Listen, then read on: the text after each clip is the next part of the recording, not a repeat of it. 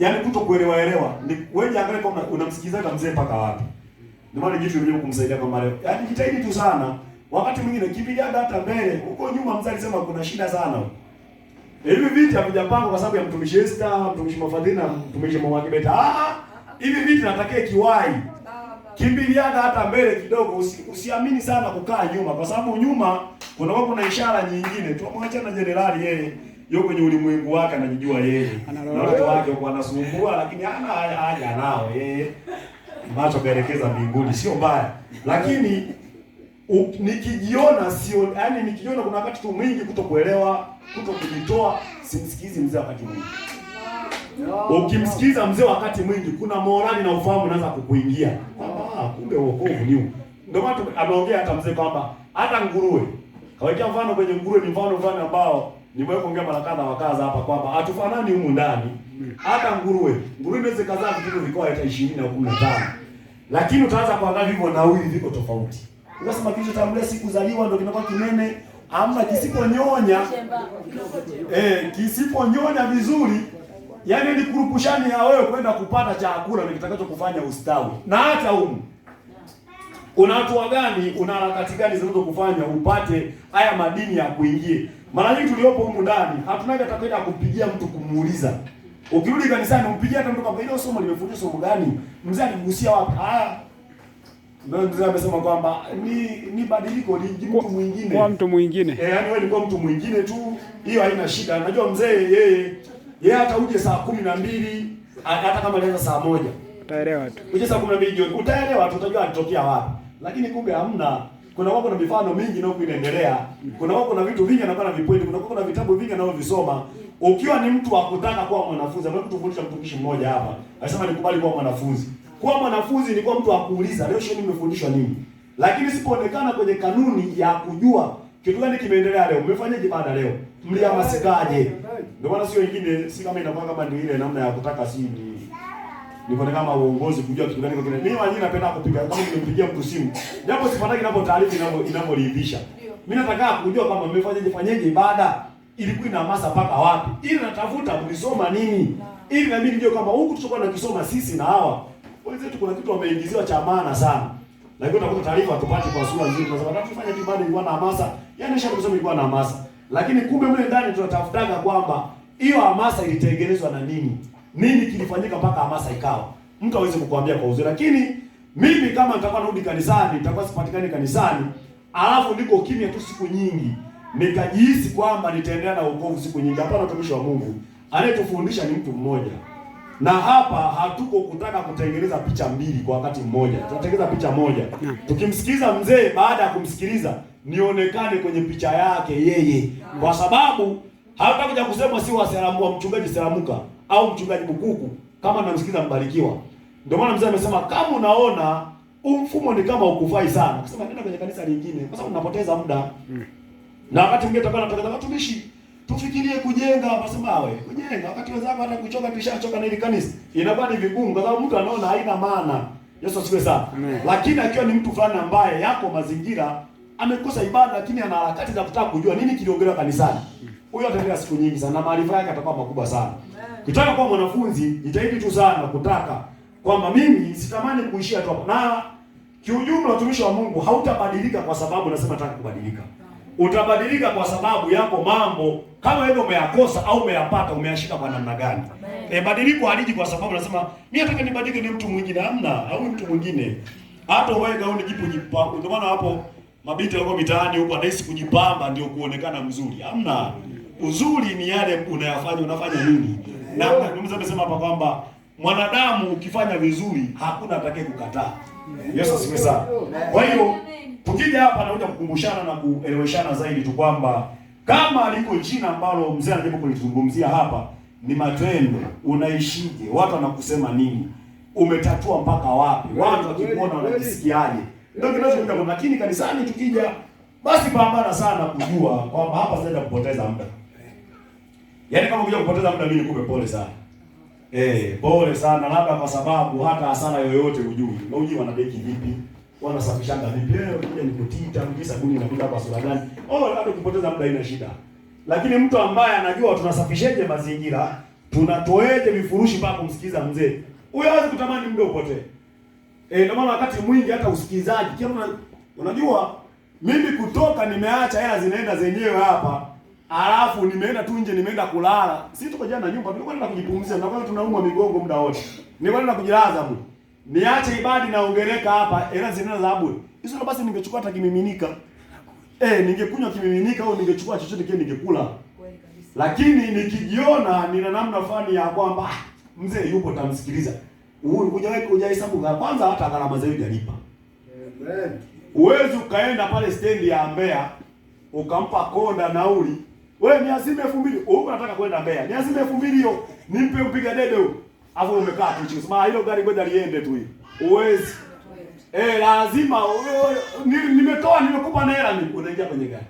Tukijiona hatuna mazingira ya kung'ang'ania hiki kitu kinachoitwa wokovu, kuonekana kwenye namna fulani ya nidhamu, namna fulani ya kuona kama hapa nimekaa kwenye ibada toka asubuhi mpaka sasa niko hapa. Kuna hasara nimeipata. Nilikuwa nyumbani aidha nilikuwa nimejilaza. Mbona sihangaiki kutafuta ambacho nimekifuata hapa? Hapo unajua unaona kwamba hakina maana ni hata hela hiyo iache iendage. Yesu asifiwe sana. Mtumishi wa Mungu atusaidie tu sana. Ni yako mazingira ambayo mzee akiwa anatamka maneno fulani. Unasema Mungu, mimi naomba unisaidie nifanyike kuwa hivyo. Kwa sababu huenda nikibadilika sana hata kama yanayonivutavuta ni mengi. Lakini nikifanyika kuwa hivyo yawezekana huyo mtu mwingine akaja kuelewa. Na usifanye ibada, turudia sana mara nyingine, usifanye ibada kama agizo. Fanya ibada mule ndani ukiwa unaona kuna faida ambayo utaipata. Ukifanya ibada kama ni desturi ya watu tu wengine wanaenda kanisani na kurudi. Watumishi wa Mungu kuja kutoka si hapa tulipokwama. Hakikuja kukwama tumekwama. Tumekwama sana. Hata kama unajiona tunaomba, tunafanya ibada, labda kuna wengine kwa sababu tuko tofauti. Angaliaga sana kwamba huyu mwenzangu mbona ni kama yeye ufahamu wake huko juu kuliko mimi. Nisipange kuhangaika kutafuta ule ufahamu alionao. Nitakwama siku nyingi sana. Kwa sababu twende najua kama lakini mimi niongee tu kitu ambacho kiwazi. Hata mtu ambaye tunafanya naye ibada, tunafanyaga naye ibada siku zote huko. Ufahamu tuko tofauti na ambaye ufanye ibada kila siku. Hata uelewa, hata jinsi ya kuchukulia mambo tuko tofauti. Hata tukija kuonekana mazingira ambayo wanasema jieleze hapa, wewe utajieleza kwa shida sana.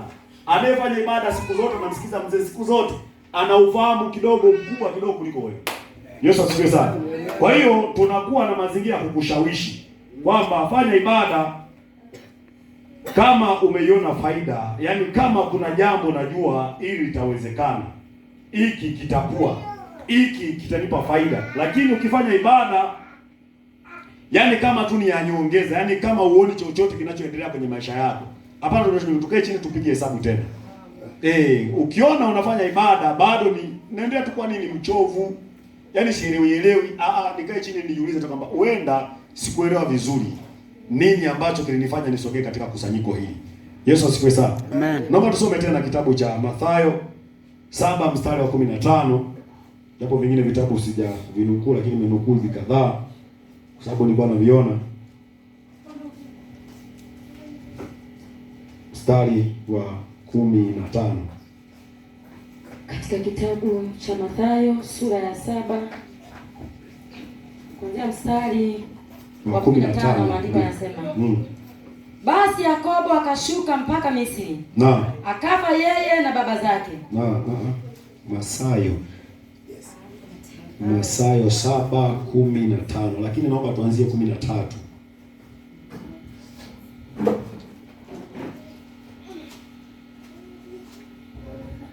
Katika kitabu cha Mathayo sura ya 7 kuanzia mstari wa 13. Naam. Maandiko yanasema, semaje? Ingieni kwa kupitia mlango ulio mwembamba. Ingieni kwa kupitia mlango ulio mwembamba. Maana mlango ni mpana. Na njia ni pana iendayo upotevuni. Tuingie kwa kupitia mlango mwembamba. Maana mlango ni mpana na njia inakwenda upotevuni. Ndio.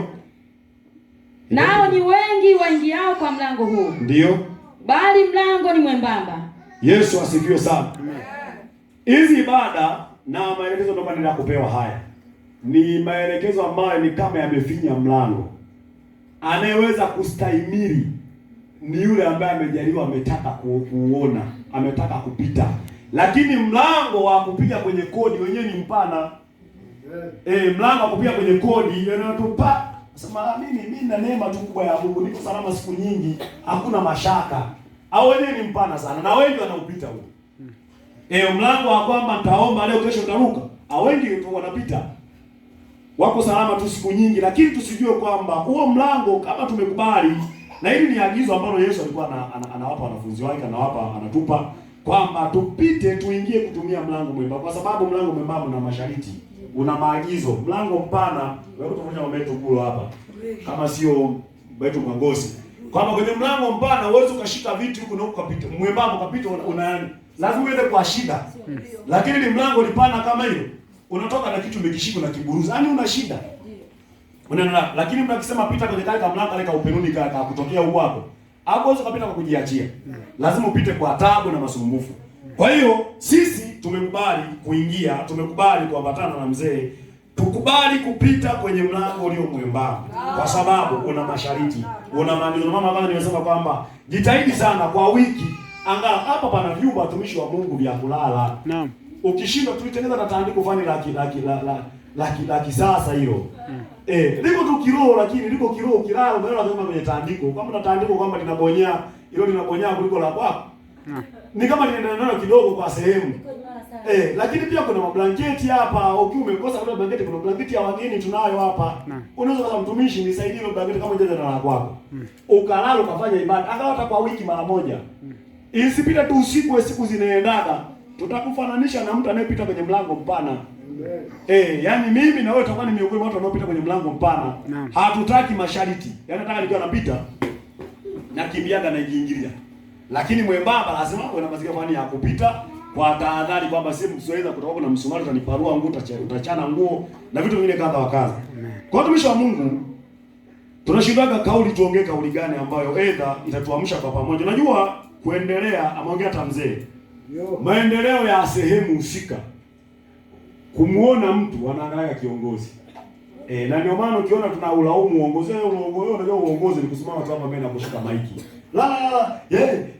Yesu asifiwe. Maendeleo ya watu ambao wako pamoja naye wanaendelea kwa sura gani? Wameeleweje kuhusu wokovu? Wanafafanulianaje wokovu mpaka waingie waelewe? Watumishi wa Mungu, kama tunasikiliza mzee kwa wakati mrefu, lakini watu tunawekana sisi kwa sisi, watu badilishane yale ambayo unakuwa umeelewa. Kikuu mwenda kinatafuta kwamba either kama utamuelewa kiongozi, umuelewa mtumishi Samu akisimama. Kama utamuelewa Mwakibete, umuelewe Mwakibete akisimama. Yaani kwa namna moja au nyingine kukufanya upige hatua katika Kristo. Kwa sababu kinaweza kuja kutazama kwamba hili kundi ni kama kundi ambalo limejikana lakini halijielewi. Baba amesema ubishi wa madhehebu, yaani kusema sisi tumeokoka kuliko wengine. Anasema baba ni utindio mbongo tu umetofautiana. Yaani ni uzoji umetofautiana. Kuna mwingine ana uzoji mkubwa, mwingine uzoji mdogo. Changa huyu anang'ang'ana, lako tu kanisa ndio liko vizuri kuliko lingine. Huyu anasema hamjaona sisi tuna viremba sisi. Sisi tunacheza na kwaya. Yaani unakuta kila mtu ana kauzoji kake. Nasi tunakuwa sisi tunakuwa majoo. Tunakuwa kwenye bato tukasupeka jioni. Unakuja kuangalia hamna matukio yanaendelea. Hakuna kinachoendelea. Ni wa kawaida wale. Hatueleweki hata nyumbani mwetu hatueleweki. Watumishi wa Mungu, ukitaka uheshimike hata kwenye jamii yako huko nje, uwe na kweli hata kufanya ibada ndani mwako. Yaani wewe kujua kama ni mlokole ni jitu. Kujua ni mlokole.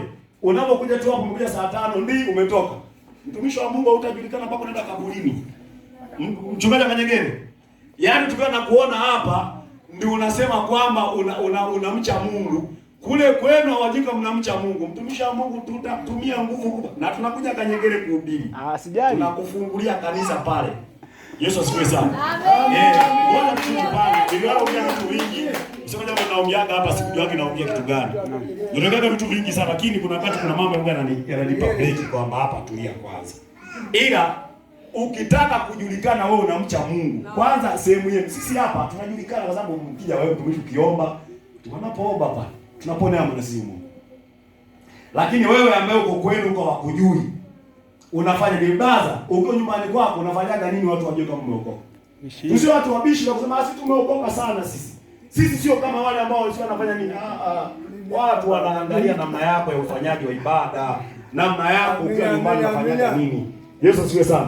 Lakini tukiwa tumeokoka tu kanisani hapa tu, pao umeokokea hapa. Ukitoka nje ni mtu mwingine. Nao ni shida nyingine. Yaani kuja kuwaaminisha watu leo huko nje kama umeokoka. Tutatumia nguvu kubwa sana. Jina Bwana barikiwe sana. Tuingie kwa kupitia mlango mwembamba wenye masharti. Mlango mwembamba na masharti. Ila mlango mpana wenyewe ni wa kwenye kodi. Unapiga tu. Yaani sijisikii kwenda kanisani. Uweti. Nije leo takuna kurudi nyuma, mvua imekuja siendi. Kwanza kichwa kinagonga gonga upande. Hamna kichwa ambacho kigonga upande. Yaani humu ndani usio kwanza kama watu tuko wazima siku. Unagana chomere yako mnafanyaga ufundi tunajenga na kina siku namjengea masubi hapa. Nilikuwa nimetingwa barafu. Tumbo linauma sana, lakini sema hamna. Yaani kuna vitu vingine tusio tunataka kuhuu mwili kulaza. Ukiulaza mwili utakuja kukubulia mambo mengine. Hakuna mtu ambaye mgongo umumi upande. Wote unatuma upande. Ila tunaangalia kwamba utasema huko karibu na kanisa, si vyumba vipo? Njoo ulale wewe karibu na kanisa wangu unafanya ibada. Huko mbali, vyumba viko hapa. Mzee anaenda kitabu cha maombi machache kwamba nataka nifundishe watu ambao watakuwa na akili ya kwamba yeye asikose ibada, atatafuta chumba karibu na eneo la kanisa. Apange. Wewe unasema natokea mbali na nakutoka tukutoki miujiza sisi. Tuanze kukuombea maombi ya mtumishi wa Mungu hama kule wakati una uwezo wa kuhama kutafuta chumba jirani hapa. Uwago na unapatikana kanisani siku zote utaki. Unataka sisi tukusaidie kwa kukuombea. Hapana mtumishi wa Mungu. Sisi hatujaelewa wokovu vizuri. Nimesema kama na familia yako una mume una mke, kuna wakati mwingine muage. Anajua kama mtu ameokoka. Unaona mimi mtumishi, mume wangu, mke wangu, mimi kwa hili wiki siku naona mwanga tu mapema kwamba ili wiki Alhamisi nenda kulala kanisani. Nikafanya ibada nimsikizepo na mzee. Ijumaa napo nikakeshe. Vyumba vipo nitaoga. Mungu ametupa akili tunalitenki hapa la maji yanatokea paka. Yaani upate shida kutoka na maji. Unaogea chooni humo na malizana kila kitu. Humo kila kitu. Unataka Mungu afanye lingine tena. Lipi? Au unataka hatua kubwa ipi hiyo nyingine yao pia? Sisi kwa namna gani hiyo? Ya unaona kufua nani? Ukishinda kujifufua sio nyenye akili zetu kwanza kufua. Ni vigumu. Ni vigumu kishinda kujifufua ukafufua mtu mwingine atumisha Mungu ni vigumu. Mungu atatusaidia sana. Sana tunaongea haya tukienda kukumbushana kwamba hamasa yako ya ibada ndio hamasa ya mtu mwingine. Tunakusanyika hapa. Ukija na upole tunaanza kuhisi kwamba itakuwa hizi ibada hizi. Unatutia na mashaka na sisi. Ndio hatatiwa lakini kuna basa huyu jamaa mbona kila siku anakujaga ni mpole hivi? Naam. Baba nasema anawaza ngono hawa nini? Aka chini sana sijui lakini ngono haonekana hivi. Mungu atusaidie. Tunapana mashaka muda mwingi. Mbona lazima tukuone kwenye hatu. Unamwona huyu anakimbia. Kama mtu msheza ni mama lakini anakimbia ukivuta kwenye sifa anajinyambura. Kwenye maombi anajinyambura. Sasa mimi na wewe tunakuja kichwa kinauma upande. Hamna watumishi wa Mungu wote vichwa vinauma upande. Sana. Wote vinauma upande. Sana. Kichwa upande kimuumi. Mpaka macho yanauma baba. Tunaumwa msemaje kama tumu tunajikaza na kuwekea msuli tu kama hamna. Nikikulaza utanitawala. Utanitawala kwa sababu wengine sio wepesi wa kunywa midawa. Tunajua ile midawa ile ndani kuna nini. Ndio mimi maji yakiona amegonga mwamba. Juzi sini Juma. Yaani mafua ya kasi. Kama sisi nilipiga chama sana nikasema mapema mimi Jumaa sio rahisi kuona nikuja na jagi la maji. Nilibeba jagi la maji kaja kuosha. Baada ya kuosha baada ya kuomba. Jumamosi mpya. Na hamna nilikula. Nilikuwa nimelishusha, nilikula jioni. Ila nilihisi kama dalili ya mafua. Nikasema hapana niashushe maji. Baada ya kuosha baada ya kuomba, kumaliza mkesha mpya. Asubuhi naamka niko vizuri kabisa.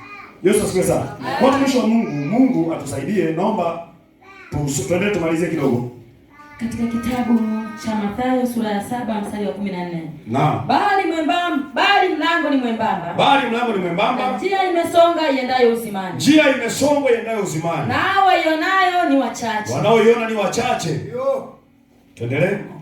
Mstari wa 15. Naam. Jihadharini na manabii. Tujihadhari na manabii wa uongo. Watu wanaowajia wamevaa mavazi ya kondoo. Wanaotujia wamevaa mavazi ya kondoo. Hawa wanaweza tukawaweka kama na maaskofu humo na makatibu wakuu. Wakaja kujifanya wamekuja na namna fulani ya kutupa tu fedha na kumwambia mtumishi tukufungulie tawi mahali fulani.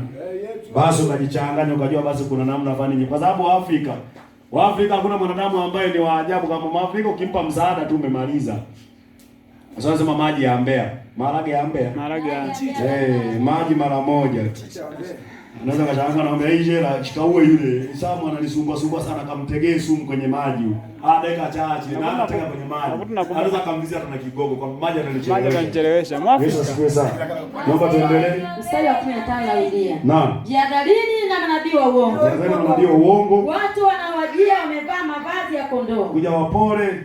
Walakini kwa ndani ni mbwa mwitu wakali. Ndio. Mtawatambua kwa matendo yao. Tutawatambua kwa matendo yao. Je, watu huchuma zabibu katika miiba? Je, watu huchuma zabibu katika miiba? Au tini katika mabaruti? Au tini katika mabaruti? Vivyo hivyo. Kila mti mwema huzaa matunda mazuri. Yesu asifiwe sana. Sisi ili kuelewa kwamba baba yetu anachokiongea, yani kiujumla, hata nisipobadilika mzee anachokiongea bado kina maana. Yaani sipobadilika mimi, wapo watakao kisikiza watabadilika. Lakini ili kieleweke kwamba huyu mtu anamsikizaga mbarikiwa siku nyingi, yaweko matunda wayaone. Yaweko matunda, yaweko maisha watu waoga na yaona. Yaweko namna watu kusema huyu au yuko hana shida. Yaweko maisha asuna kama hiyo. Lakini kwa sababu kwamba mimi nimeokoka, nimeanza kuanza kubishana na watu. Nimeokoka mimi, hamjui tu. Naomba sana mimi, nafunga, nafanya ibada. Sema wewe yako maandiko yanasema kwamba wewe unaamini kwamba Mungu ni mmoja. Kama mashetani nayo yanaamini na kutetemeka. Yaani yenyewe akiamini mpaka anaanza kusiria. Wewe unaamini kidogo tu, lakini yenyewe yanaamini. Bwana majitu ambayo yanaua watu haya. Sio kwamba yamwamini Mungu. Nilikuwa nasikia juzi anasema kwamba unajua watu wanaweza wakatuleta kwenye laana. Hata kuna mama mmoja ambaye tunamfanyia kazi. Baada ya kwenda muda ule, baada ya kujibizana naye, baadaye akawa anaongea na simu. Akawa anajaribu kuweka sawa baadhi ya vitu ambavyo mwingine si alifanya vibaya. Akasema, "Yeye amekufanyisha kazi yote hiyo hajakupata shilingi 10." Yaani anajifanya kama mtu mwema. Nikasema, "Hii ndio ile maandiko yanayosema kwamba mashetani anamwamini Mungu na kutetemeka." Nikasema ndio hili hapa. Sisi limetukalisha hapa, alitaka kutulipa hela, ila linajifanya kama lina utu. Lakini baada ya kuongea, hata sisi tumekuja sio tuko tu busy. Akaingia ndani akaenda kutoa hela zake. Yesu asifiwe sana. Watumishi wa Mungu, matendo yetu ndiyo yatakayoashiria sisi tunaelewa tunachokuwa tunajifunza hapa.